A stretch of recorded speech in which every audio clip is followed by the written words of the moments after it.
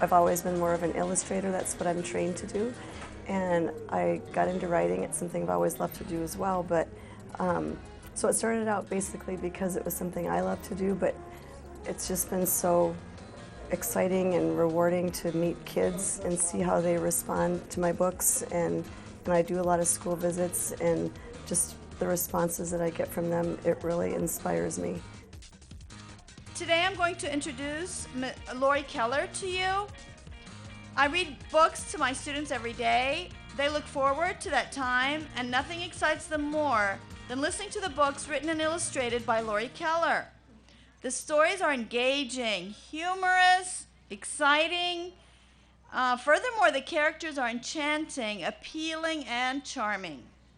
The illustrations are divine, and I will always smile as I watch the students beg to look at Laurie Keller's creative illustrations. My fourth graders are mesmerized by the adventures of Arnie the Doughnut.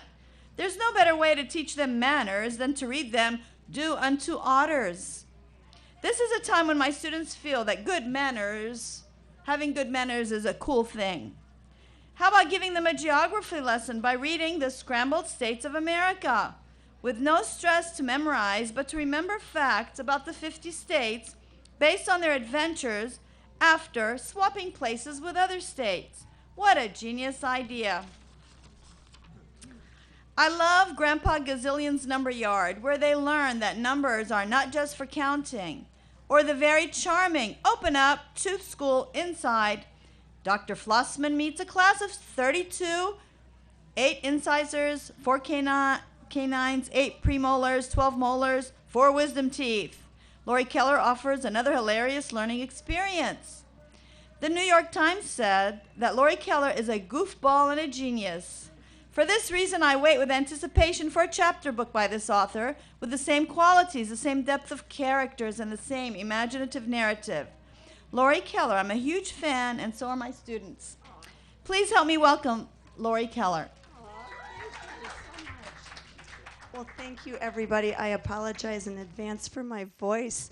I don't know what's happened. I got here on Thursday, and my voice stayed back in Michigan, apparently, so bear with me. I don't quite always sound like this. So I'm glad you're here today. This is my first time at the Gaithersburg Festival, so it's nice to see you here. I have my cousin in town, and she's back there in the audience with my little godson. So that was nice that they're able to be here too. So thanks for coming. Well, I'm going to talk to you about some of the books that I make. I've got them right up here on the screen, and I see that some of you have some Arnie the Doughnut books with you, so that's really nice to see. So I've been making books for a while now, and I always like to ask kids, how many of you like to draw? So, or adults. Yeah, a lot of you like to draw. That's great. What about writing? And I mean anything, like writing a story or maybe a song or a poem, anything at all. All right, well, that was my favorite thing to do, both those things, when I was a kid, but we never had authors come to visit our schools. I do a lot of author visits around the country and talk to kids at their schools, and I let them know that we never had author visits when I was in school. And so even though I love to draw and write, I didn't know that that was anything I could do for a job until I was much older. But you guys know that if you like to write or draw or both, that you could grow up to be authors and illustrators too, right? But practicing your writing is a good thing to do no matter what job you pick, and it's a great thing to practice while you're in school. Do you guys think that I write my stories one time and then I can be done and sit back and watch TV and eat bonbons all day? No, you know that I have to write them over and over and over again until they sound good. They sound pretty bad, actually, at first. They don't sound good at all. So I keep working on it, and eventually they come together. But it's a lot of fun, too. I make it sound like it's not fun because I have to write them over and over, but it's actually a pretty fun job, and I get to do 2 things that I really love to do. So these are the books that I've made so far. I have books about the Scrambled States of America. That was the very first book I ever made, the one on the top left. And I have another book about the Scrambled States. They get together again for a talent show, and I'll tell you in just a minute how I came up with the idea for that. I have a book called Open Wide Tooth School Inside, about a mouthful of teeth, and they go to school to learn how to take care of themselves. What about Arnie the Doughnut? Some of you have seen Arnie the Doughnut. Okay. Well, Arnie is a chocolate-covered sprinkled donut who doesn't know that donuts are made to be eaten, and he gets very upset with the man who buys him Mr. Bing when he tries to eat him. So do you guys like to eat donuts? Yes, I do too. Have you ever, anyone, had a donut get upset with you when you tried to eat it? There's usually a few in every crowd. Okay. Yes. All right. Well, people think that I don't even eat donuts anymore because of Arnie, but I do. I can't seem to give it up. So what I do, just to make sure they don't get mad at me, before I eat one, I just hold it in my hand and I look at it and I say, do you mind if I eat you? And I listen for a second. And if it doesn't say anything, I eat it. And I've never had one of them get mad at me. So you could try that next time. All the other donuts don't mind. They know that they're delicious and they're made to be eaten and they love making people happy. But Arnie just didn't know that. So he got very upset. If you haven't read the book, I'll let you know that he doesn't get eaten, but he and Mr. Big figure out something else to do with him. And some of you know, don't you? All right, but I won't give it away just yet anyway. So hopefully you can check some of these books out. Do Unto Otters, we're going to be talking more about in a minute. A book about manners and the golden rule. Now, so Arnie's having some more adventures. So you know he didn't get eaten because he's going on to other books. So now I'm doing some early chapter books about Arnie. And it's been a lot of fun to start making chapter books. They're longer. They're about 128 pages. And there's artwork on every page. It's black and white artwork. But I've been enjoying doing some of these early chapter books. And so I'll still keep making picture books, but I really like doing some chapter books now too. So the first one takes place in a bowling alley because Mr. Bing, if you peek in the pictures in the picture book, he loves to bowl. And so this first one takes place in a bowling alley. And the second one is called The Invasion of the Ufonuts and some alien donuts from outer space tree.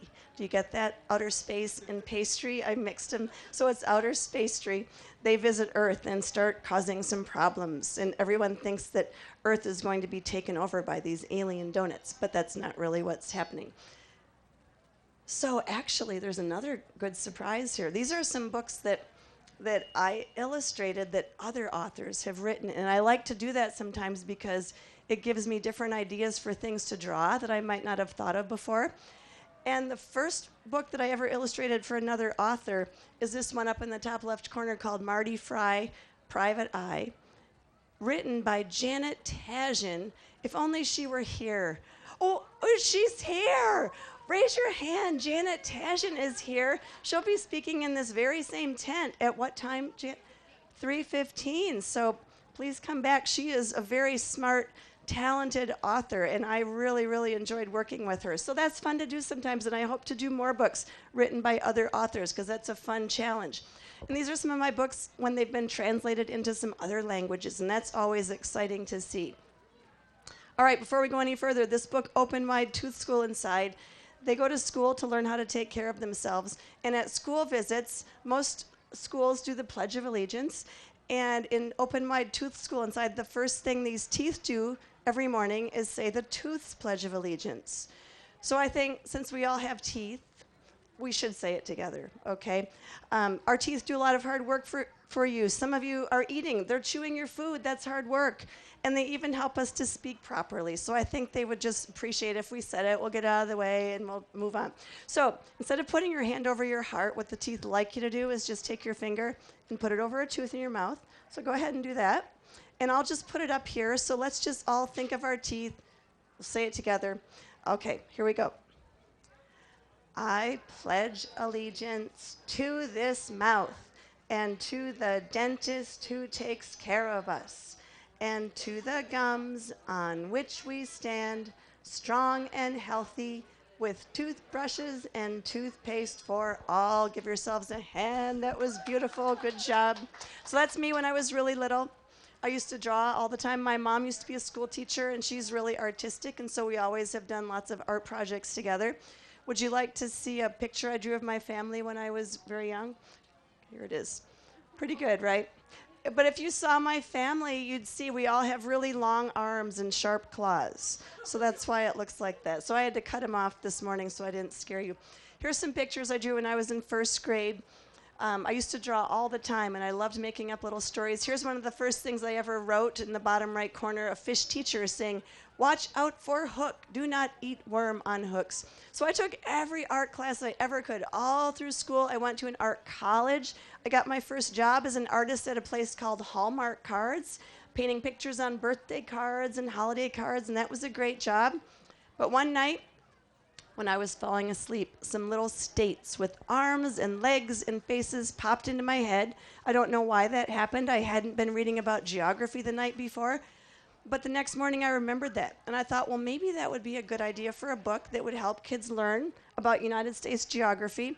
And that ended up being my very first book, The Scrambled States of America.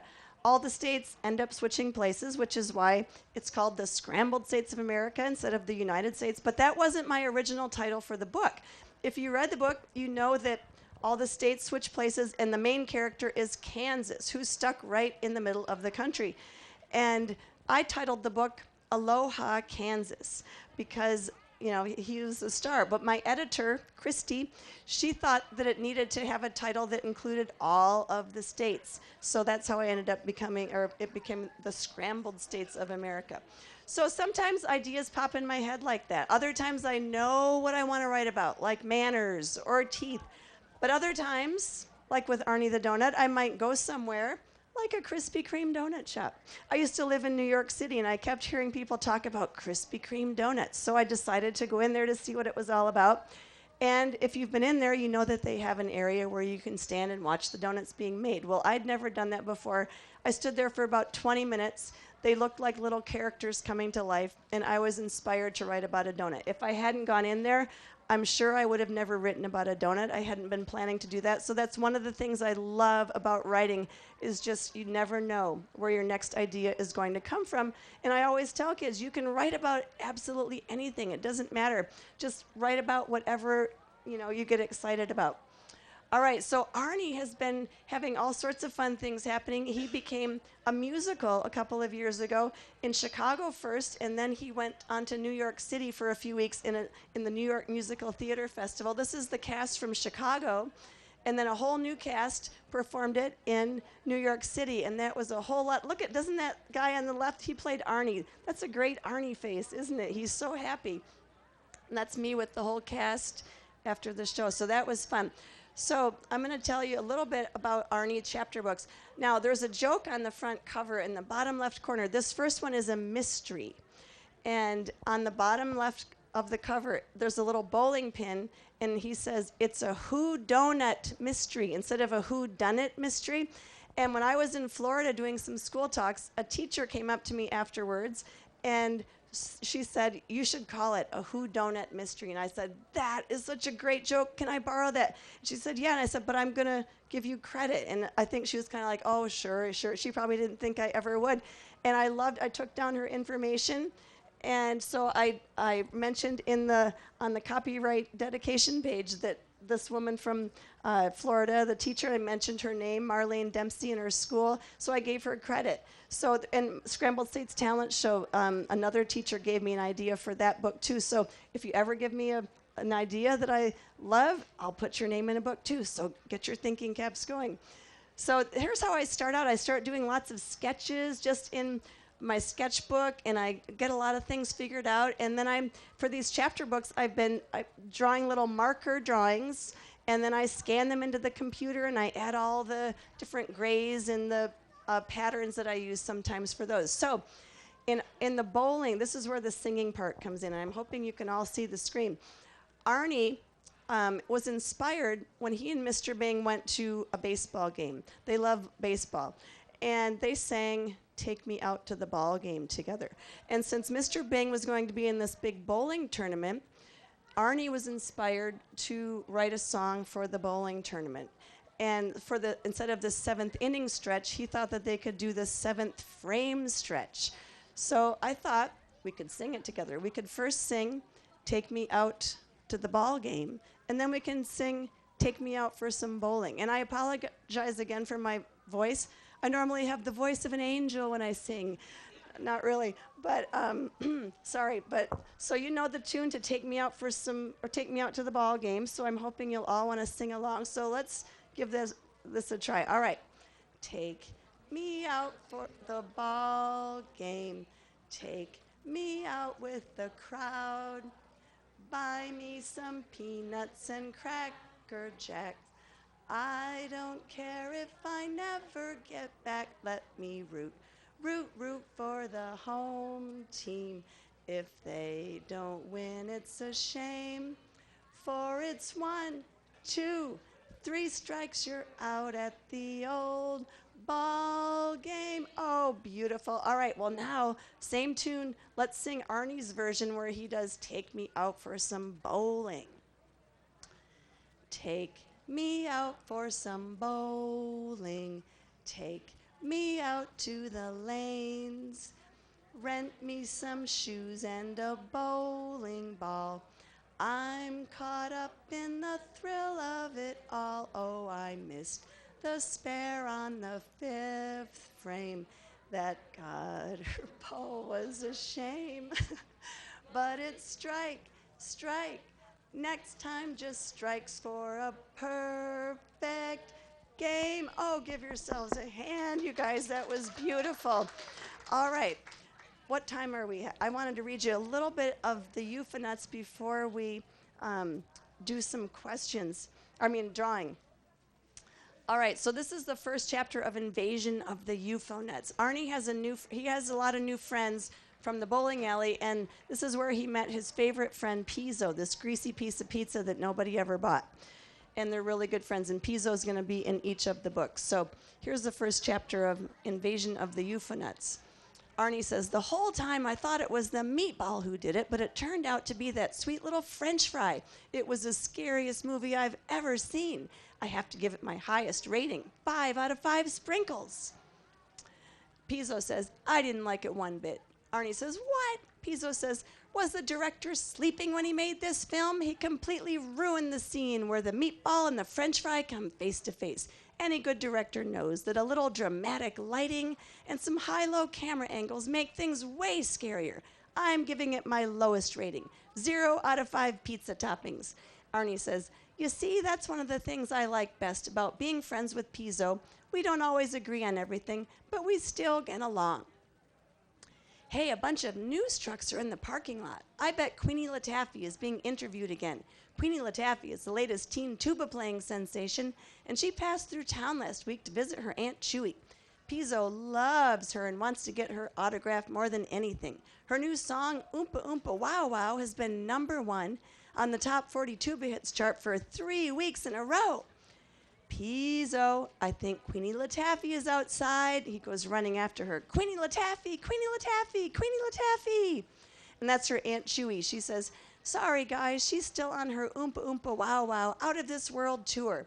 Aw, darn. Arnie says, there. Well, the news people aren't interviewing Queenie Lattaffy or any famous person. They're interviewing my neighbor, Loretta Schmeretta.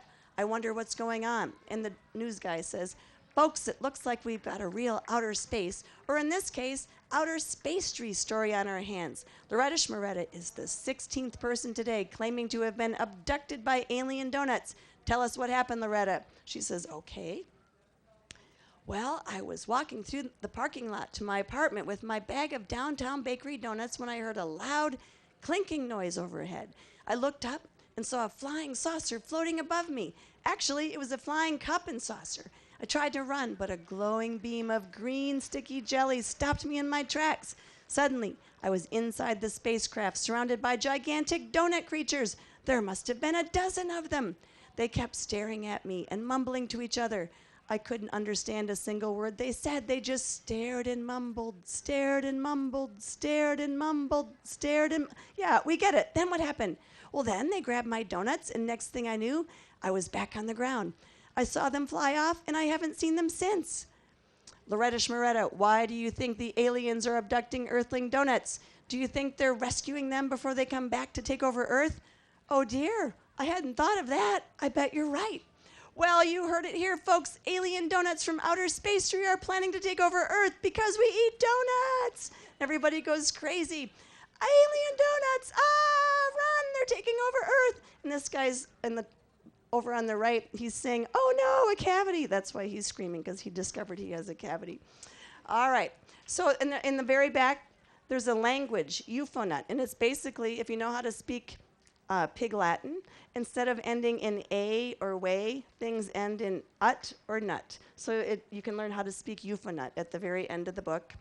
And so we're going to do a little drawing. One thing I have to let kids know, when an artist draws a picture, when they draw a character, they have to keep doing it on different pages, right? So you have to make sure that you get the eyes and the nose and the mouth the right size and in the right spot. Arnie doesn't really have a nose, but the donut hole kind of looks like a nose. If I don't make them the right size or put them in the right spot, look how he might look. So that's one thing that artists have to think about all the time. And so that was different for me. I used to draw a character on a card just one time, and that was it. But then all of a sudden, when I started making books, I had to make sure that I drew them the same way all the time. So we're going to do some drawing together. So you have your paper and a crayon, I hope. So I'm going to step over here. And how much time do we have? Okay, good.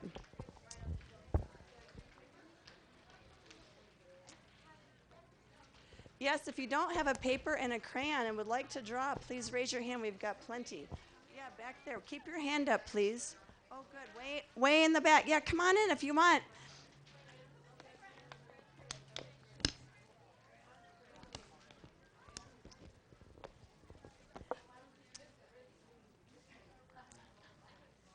And we've got some people over here, too, that... All right. So keep your hands up if you'd like a crayon and a piece of paper.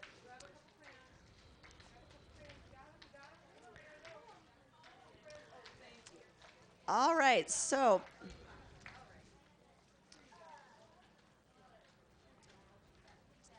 And if you need a hard surface, there are some empty chairs. If you want to sit and use a chair as a table, you can do that too. So up to you guys. All right, so while we're getting that together, I'm going to start telling you a little bit about some things I have to think about when I draw characters. We're going to start out drawing an otter from the book Do Unto Otters. Who's drawn an otter before? Anybody? You have? Wow, that's great. When I made this book, I had never drawn an otter before, so I had to figure out how to do it. Even though I was turning it into a cartoon, I had to look at lots of photographs of otters. Aren't they cute? So I had to pay attention. Well, what's special about these otters? And the first thing I noticed is that they have really long, skinny bodies, but they also have very short arms and legs.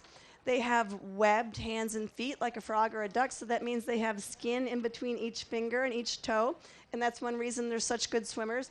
They've got really long tails. When they float on their back, their tail helps them balance, and it helps them swim really fast. And I read that they have more fur than any other animal. So I kept all those things in mind. I started doing lots of sketches of otters to figure out how I wanted to draw them in the book. And here's how they ended up in the book in the bottom right corner. But you can see I did them lots of different ways before I figured that out. Well, when I'm looking at a photograph of something and trying to turn it into a cartoon, it helps me if I try to figure out what shape something looks like. So I thought the otter's bodies kind of look like a peanut in a peanut shell, or one of those flat wooden ice cream spoons you get with the little ice cream sundaes, or even a bowling pin.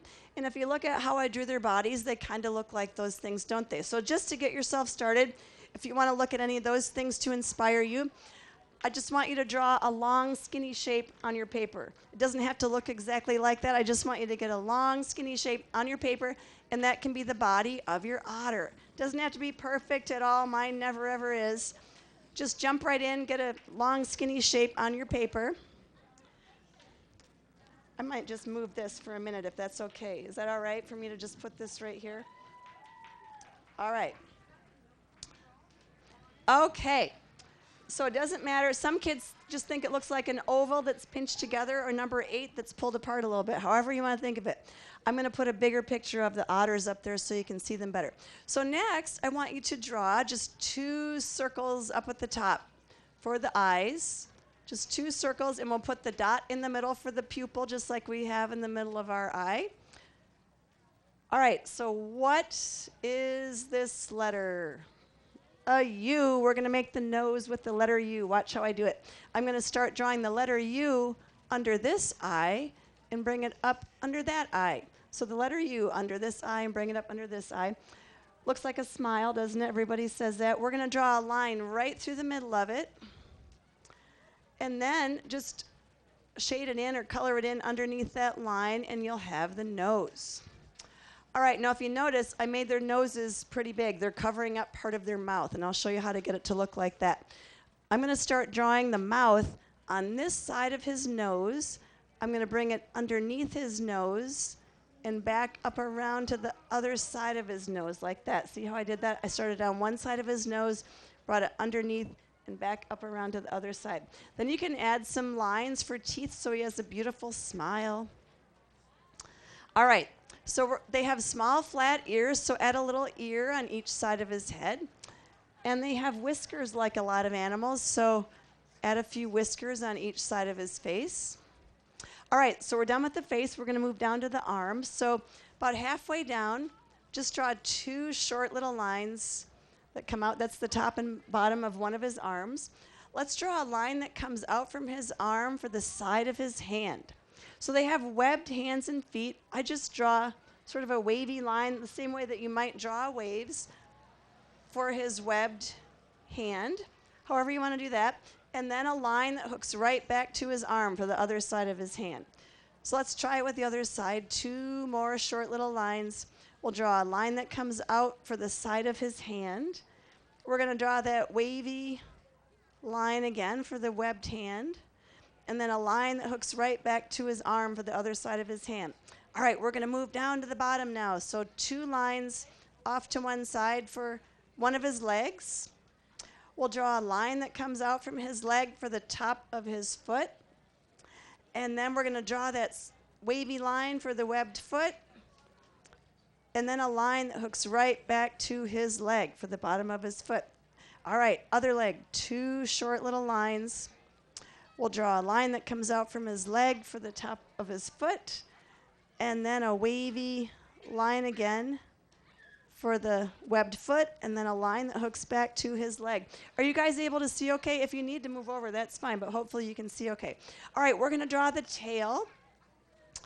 So they have long tails, so give them a long tail. They're kind of skinny at the top, and they get thicker at the bottom.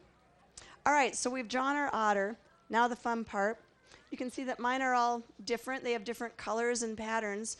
We're going to decorate our otter. So you can draw them like that, but I'm hoping you might want to create your own new otter. You might want to turn your otter into a ninja or a doctor or a ballerina or an astronaut or a soccer player, whatever you want.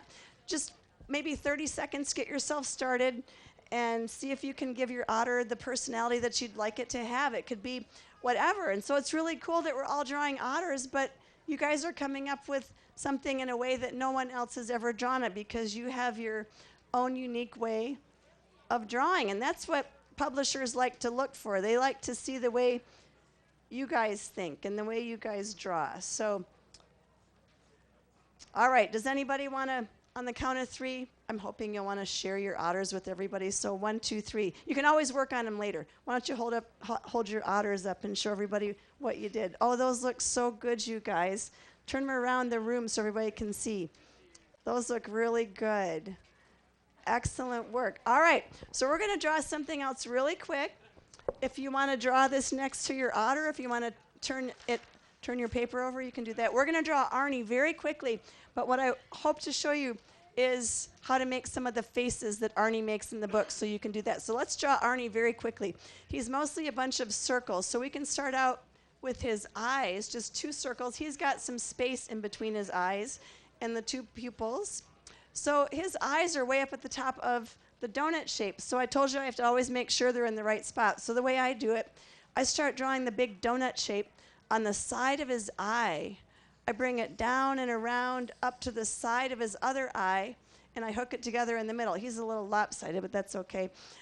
So just start on the side of one eye, bring it around to the side of his other eye, hook it together in the middle. We can add a smaller circle in the middle for the donut hole. So Arnie's got a lot of chocolate frosting that he loves. So on the inside of this big circle, just draw a squiggly line all along the inside of that big circle. Makes it look like he has a lot of frosting. And Arnie is happy most of the time, so let's put a big open smile on his face. Well, he just has little stick arms and legs. He doesn't have any webbed hands and feet. So you can just add little stick arms and legs and fingers, however you want. I'll make him waving at you. So what are we missing? It's Arnie's favorite thing. Sprinkles, yes. Even his eyebrows are sprinkles. I have a trivia question for you. Arnie thinks he has 1,000,000 sprinkles, but there was a guy in the book that mentioned exactly how many he has after he took sprinkle inventory. Does anybody think they know how many? Oh, you're very close. He said 137. What about you? Nope, other way. He's 2 off. Other way. He said 137. 135, exactly. And that's how many sprinkles I painted on him, because I knew if I didn't, somebody somewhere would count them up and tell me I did it wrong. And I was wishing I'd made him a plain donut because I was very tired of making sprinkles. So Arnie has a donut joke. Instead of saying, "Do not eat me," he says, "Donut eat me." He uses the short way to spell donut to have his little joke. All right, so we're going to go very quickly. I just want to show you how to make some of the expressions that Arnie makes. And so if you're out of room, don't worry. You can just squeeze this anywhere in on your paper. I just want to show you how to do it. So Arnie, like I said, he's happy most of the time, but after he found out that donuts were made to be eaten, he went into donut shock, and he was scared that Mr. Bing might try to eat him again, and he got very angry about it and sick to his stomach. And at the bottom one, he's being very sneaky, making his plan to escape. And I did all those expressions by changing his eyes and his mouth. And that's all we're going to draw are the eyes and the mouth. So what I want you to start out with is just drawing. We're going to do 6 of them. A set of eyes. I want you to add 2 eyebrows and a little smile. So just a basic happy face. So let's start to change it. Let's draw another set of eyes. This time we'll make him look really surprised or shocked. We can do that by taking the very same eyebrows, but this time move them up here and just give him a little circle mouth like that. Look at that. He looks completely different, and you just changed 2 little things. All right, another set of eyes. This time let's make him look really worried or scared, and we can do that by drawing a line that tips down this way on that eye, tip it down this way on that eye. For his mouth, you could use a circle mouth, or if you flip that big open smile upside down, I think that works well, like a little lima bean or a jelly bean. He looks pretty worried. All right, another set of eyes. Let's flip those worried eyebrows around the other way, like this, and he'll look really mad. The thicker you make them, the more mad he'll look. For his mouth, you could just do a simple frown. He looks mad. Or maybe he's so mad that he's shouting about something, and you can put little marks so it looks like he's shouting. All right, another set of eyes. Up on the screen, it shows that he's sick. I'll tell you how I did that one too, but this one's kind of like it. I just want to show you this one. We're going to make him look really tired. So he's wide awake here, but if you draw a line right through the middle over that pupil, same with the other one. Now it looks like he can hardly keep his eyes open. He's so tired. If we add the worried eyebrows in, that will make him look more tired. And if you want to shade in his eyelids up here very lightly, that will make him look more tired because his eyelids will look heavier. For his mouth, I'm just going to give him a squiggly line, sort of silly. The only difference with the sick one, instead of straight lines, I curved his eyelids and I made his pupils going cross-eyed. So the last one was that sneaky one, and that was my favorite one in the book to draw, but I couldn't get it to look right. One of my friends said, "Well, why don't you just make the sneaky face and look in the mirror?" And that did the trick. So he's squinting his eyes, he's crunching his eyebrows, he's looking around the room with his pupils, and he's tapping his chin. So that's what we're going to draw. So we're going to draw the 2 circles, but don't draw the pupils yet. This one's just a little different. All right, we want to make it look like he's squinting his eyes. So if we draw the same lines that we used for the tired eyelids, that will be his top eyelid. So we need a bottom eyelid, so we're going to add 2 more lines, but just leave a little space in between the 2 lines. Now it looks like he's squinting his eyes. Well, now we want to make it look like he's looking back and forth around the room. So if we put the pupils off to the side this time, you could put them on this side or this side, whichever way you want him looking. Then, which eyebrows that we've done so far do you think it would make it look like he's crunching his eyebrows together? Which expression that we've done? Anybody? The angry one, yep. We don't have to make it as thick as the angry one, but just going in the same direction so it looks like he's thinking hard. Now for his mouth, I didn't want him smiling or frowning because that would be a different sort of a look. I just used a straight line for his mouth because he's trying to be very sneaky and cool. He doesn't want anybody to know what he's up to. And then I brought his little stick finger up by his mouth and I curled the other fingers back like that so he looks like he's tapping his chin. So you guys can see it doesn't take much at all. You move around a few lines and you get a completely different expression. And maybe one thing you could try at home, you notice that I like to write about objects a lot, like a donut or a tooth or a state. You can look around the room. We could try it now. Like there's a water bottle. And we could put the sneaky eyes on a water bottle. Does anybody have an idea why a water bottle might be sneaky? Anybody at all? Don't be shy. At schools, 75 people raised their hand at the same time. What about you? Getting revenge on the Kool-Aid. That's excellent. What a great idea. What about you? Why would the water bottle be sneaky? He's trying to sneak away. I think I've met that water bottle. Yes, when I tried to drink it, it splashed all over. That's an excellent one. Anybody else? What about you? He doesn't want anybody to drink him. He's thinking of a plan to get away. That's excellent. So if you ever get stuck, you can do the same thing just by putting some of these expressions on an object and might give you an idea for a story. So I think I have just a couple minutes left. If you guys have any questions that you want to ask. Does anybody have any questions about Arnie or any of the books?